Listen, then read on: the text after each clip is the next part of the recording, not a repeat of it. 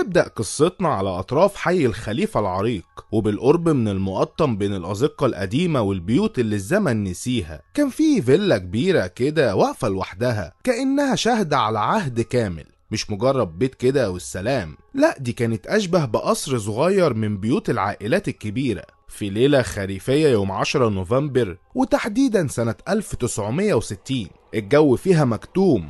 اتشقت الحارة بصوت ست بتصرخ وبتقول الحقوني، البيه مات، حد يلحقنا. الناس خرجت من بيوتها وجريوا ناحية الفيلا. استقبلتهم نعيمة بوش مذعور كده، وكانت مرتبكة ومش مرتبة كلامها ومحدش فاهم منها حاجة، لكن هي شاورت لهم ناحية الصالون الكبير. لقوا شوقي بيه وهو صاحب الفيلا، راجل في نص التلاتينات ومرمي على الأرض وعايم في بركة دم، وجنبه طفاية نحاس تقيلة عليها أثر دم طري. حد من الجيران بلغ المباحث فورا، وجت بعد نص ساعة تقريبا، وبدأوا يطوقوا المكان ويمنعوا أي حد يقرب من الجثة، وعملوا تقرير مبدئي عن الوضع. وبالتفتيش الكامل لكل الفيلا ملقوش أي آثار لكسر شباك أو باب، وكل محتويات الفيلا منظمة بالكامل. سألوا مين أول واحد شاف الجريمة، ردت نعيمة وقالت أنا اللي شفته. نعيمة كانت الخدامة اللي بقالها سنين ساكنة في الفيلا دي، وشها جامد وصوتها كان عالي لكن مفيش دموع. وسألوها ازاي اكتشفتي الجريمة، قالت أنا كنت في المطبخ بجهز أكل وسمعت صرخة جاية من الصالون، رحت وشفت المنظر ده وطلعت من البلكونة صرخ ونادي على الناس. فالمحقق وقتها سألها هو كان معاه حد في الصالون، قالت له لا، هو كان متعود يشرب الشاي كل يوم في الوقت ده في الصالون. فسألوها يعني مفيش حد جه الفيلا اليوم ده، ارتبكت كده وقالت معرفش، انا كنت في المطبخ والمطبخ في الدور التاني، فمش عارفة اذا كان استقبل حد ولا لا. بعدها تم رفع كل البصمات من الفيلا. المباحث عرفت ان في الفيلا دي كان ساكن فيها شوقي افندي، راجل في نص التلاتينات تقريبا، 36 سنة، قاعد من غير شغل رغم انه زمان كان موظف في السكة الحديد. اترفد من الخدمة بعد ما زادت شكاوي الناس منه بسبب طباعه القاسية وسوء تعامله، ومن يومها قرر انه مش هيشتغل تاني. بيعيش على ربح قطعة أرض زراعية كبيرة ورثها عن أبوه الحاج مجدي الصحراوي، وعلى إيجار بيت قديم في الجمالية، ده غير محلين، واحد في الجمالية والتاني في حلوان، وتحديدا منطقة عرب غنيم، وعنده بيت في نفس المنطقة. وكان الحاج مجدي أوقات بيبات في يوم أو يومين وهو بيباشر محله هناك. واللي كان عايش في الفيلا قبل سنتين بعد وفاة الحاج مجدي ومراته الست أمينة هو شوقي المجني عليه واخته كوثر. لكن بعد اختفاء كوثر الغامض من سنتين، فضل مجدي عايش في الفيلا مع نعيمة اللي هي وامها كانوا شغالين في الفيلا من 20 سنة. ولما توفت امها فضلت نعيمة شغالة في الفيلا، وبعد وفاة الست أمينة استمرت نعيمة في الشغل في الفيلا. وبسؤال الجيران عن كوثر قالوا ان كوثر كانت جميلة جدا، شخصية هادية كده ورقيقة، عيونها واسعة وكلامها قليل، كانت ملفتة بجمال ملامحها واخلاقها. شباب كتير حاولوا يتقدموا لها لكن شوقي كان بيرفض دايما، وكان سبب رفضه ان البنت صغيرة ولسه بدري على الجواز، لكن الحقيقة كان شايفها مجرد واحدة من املاك العيلة. واثناء التحقيق مع كل الجيران المحيطين بالفيلا كان في كلام كتير عند الست ام امين عاوزة تقوله، والطلب منها انها تتكلم وتحكي كل حاجة تعرفها عن العيلة دي. الست ام امين اقدم ست في المنطقة وعندها قهوة على اول الشارع، قالت لهم ان عندها قصة العيلة دي كاملة وان لازم يسمعوها، وانها خلاص بعد موت شوقي مش هتقدر تسكت ولازم تتكلم. بدأت الست ام امين تحكي وقالت انا كنت بروح للست امينة علشان كنت بعمل لها قهوة وبقرا لها الفنجان، وكانت بتحكي لي وتشتكي لي من سفر الحاج مجدي ابو شوقي الكتير وبحجة الشغل والمحلات، لكن هي كانت حاسة ان في حاجة مش مظبوطة. بس انا كنت بقول لها الغايب ليه حجته، لكن هي قالت لي العيال محتاجة تربية ومحتاجين ابوهم يهتم بيهم. وفي يوم كنت قاعدة معاها بقرا لها الفنجان ولقينا الحاج مجدي داخل علينا ومعاه واحدة وفي ايديها بنت عندها 5 سنين، وقال للحاجة أمينة إنها ست غلبانة من البلد، جوزها كان شغال عندي في المحل ومات، ووصاني عليها فجبتها تساعدك في الفيلا. وعلشان الست أمينة كانت طيبة وحنينة قوي رحبت بيها وببنتها وحست بيها انها ام وعاوزة تربي بنتها اليتيمة، وخاصة ان كان عندها بنتها كوثر تقريبا في عمر بنت الست دي، والست دي كانت رجوات وبنتها نعيمة اللي شغالة لحد دلوقتي في الفيلا، وعاشوا كلهم في الفيلا. لكن الست أمينة كانت حاسة ان في حاجة غلط،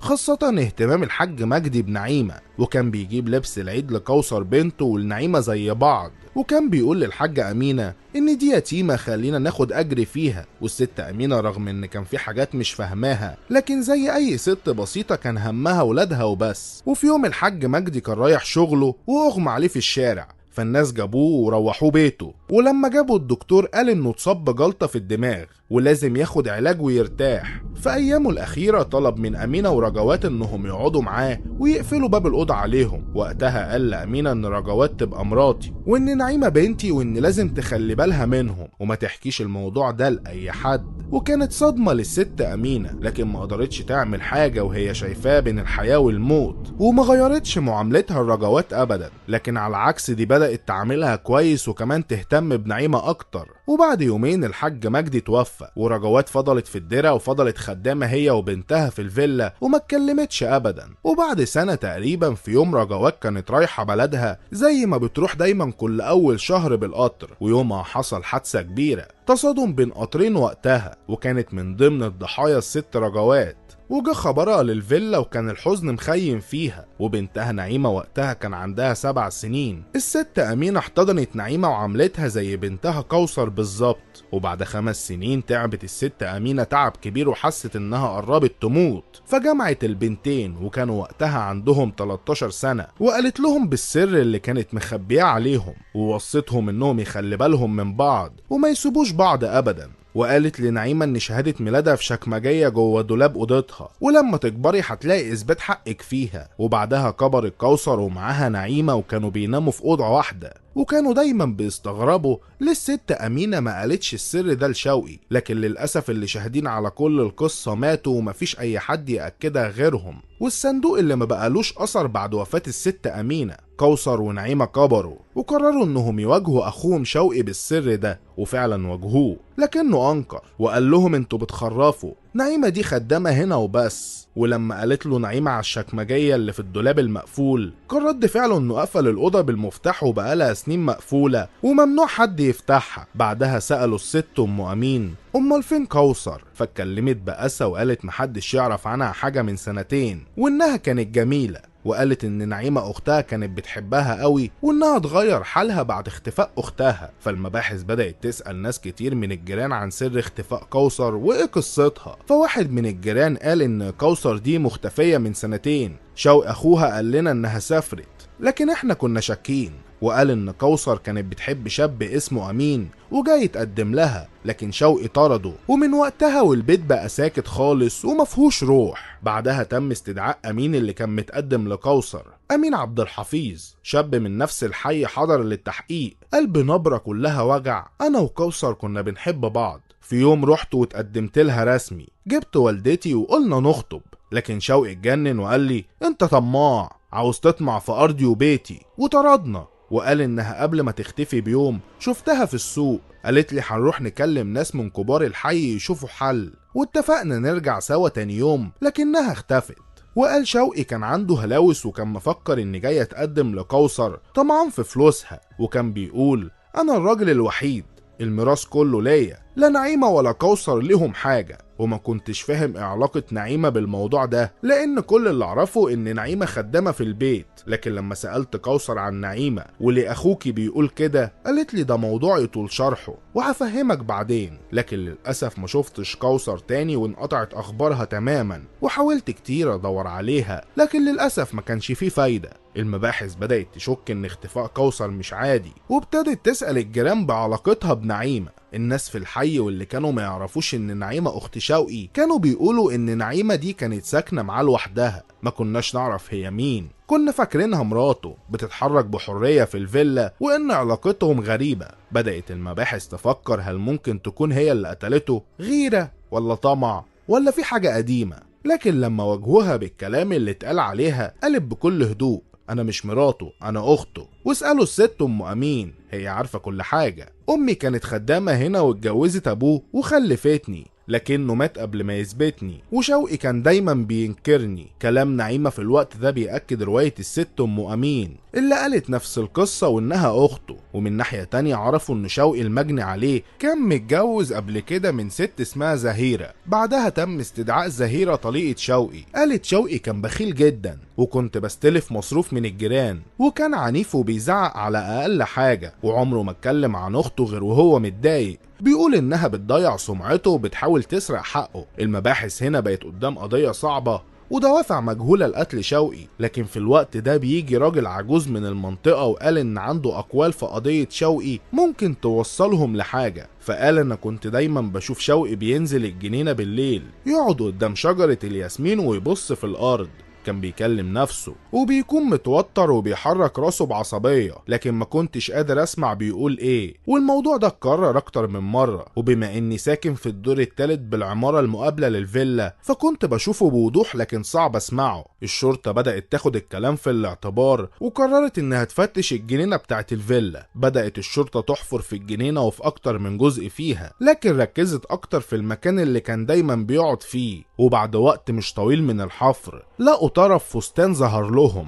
حفروه بالكامل ولقوا جثة ست مدفونة جنبها شنطة جلد وساعة مكسورة. الطب الشرعي قال ان القتل تم من 2 سنين وماتت بضربة في الجمجمة من الخلف، واتأكدت المباحث ان دي متعلقات كوثر، والطب الشرعي أكد إنها جثتها فعلا. بعدها المباحث واجهت نعيمة ووجهت لها تهمة قتل أختها. نعيمة توترت وقالت كوثر دي كانت روحي، كانت أختي وحبيبتي وسندي بعد موت أمي. وابتدت تنهار وقالت لما شوقي رفض جواز كوثر من الشخص اللي بتحبه حبسها في أوضة في الدور التاني من الفيلا. كانت بتصعب عليا وكنت مش عارفة أعمل إيه. كنت بدخل وبحط لها الأكل من ورا شوقي وببقى بتسحب علشان ما يحسش بيا وكمان علشان اطمن عليها. لكن في يوم شوقي شفته مشغول في اوضه المكتب بيراجع اوراق، فقلت دي فرصه اطلع لاختي واديها سندوتش تخبيه في هدومها لحد بالليل لما ينام شوقي تبقى تاكله. وبالفعل اتسحبت وطلعت لها، وبمجرد ما فتحت الباب بالمفتاح الاستبن بتاع الاوضه وده اللي كنت محتفظه بيه من غير علمه، فجاه لقيته ورايا وبيضربني بعصايه كانت في ايده. وقتها طلعت اجري منه، كنت مرعوبه. وقال انت هنا خدامة، مالكيش تتدخلي في اي حاجة بتحصل في البيت ده، عاوزة تقعدي على الوضع ده تمام، اما انك تفكري اي تفكير تاني او اي تدخل في حياتنا فامشي من هنا احسن لك، ومش عاوز اشوف وشك تاني. مشيت في الشوارع مش عارفة اروح فين، وكنت ببات عند الست ام امين وهي اللي شجعتني ارجع بيتي وادور على اختي وحقي. وفعلا بعد كام شهر ما قدرتش اعيش وبقيت احس اني عالي على الست ام امين، وكمان اختي وحشتني قوي ما قدرتش ابعد عنها، وكنت حاسه اني مش لازم اسيب حقي وان ربنا عدل ولازم الحقيقه تظهر. فرجعت الفيلا ولما شافني قال لي انت رجعتي،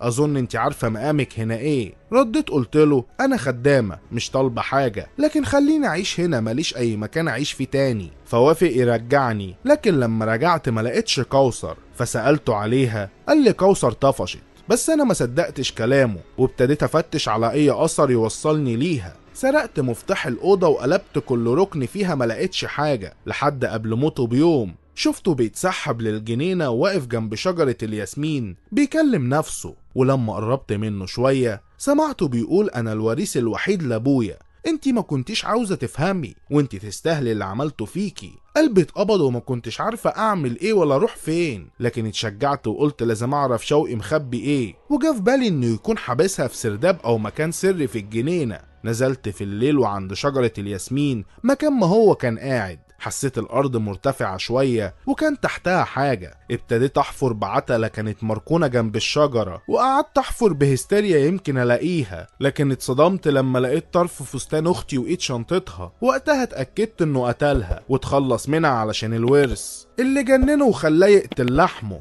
فضلت طول الليل ابكي وقررت اني اخرج عن صمتي ولازم اواجهه. وبالفعل واجهته وقلت له انت اللي قتلت كوثر ودفنتها، وقلت له انا مش هسكت وهبلغ عنك منك لله. فقال لي هي كانت طماعة وخدت جزائها وانت هيكون مصيرك زيها. وراح ناحية المكتب كان هيطلع مسدسه، واول ما اداني ظهره ضربته انا بالطفاية، حرق قلبي على اختي وانهارت من العياط. بعدها تم التحفظ على نعيمة على ذمة التحقيق، لكن الرأي العام وقتها بعد نشر قضية نعيمة في جريدة رسمية كان متعاطف معاها، وبيقول إنها هي وأختها ضحايا الطمع والجشع. الكل شاهد إنها كانت بتدافع عن نفسها وبتاخد بطار أختها، وإنها هي اللي كشفت السر. أما شوقي دفن أخته علشان الأرض وعاش فوق جثتها 2 سنين،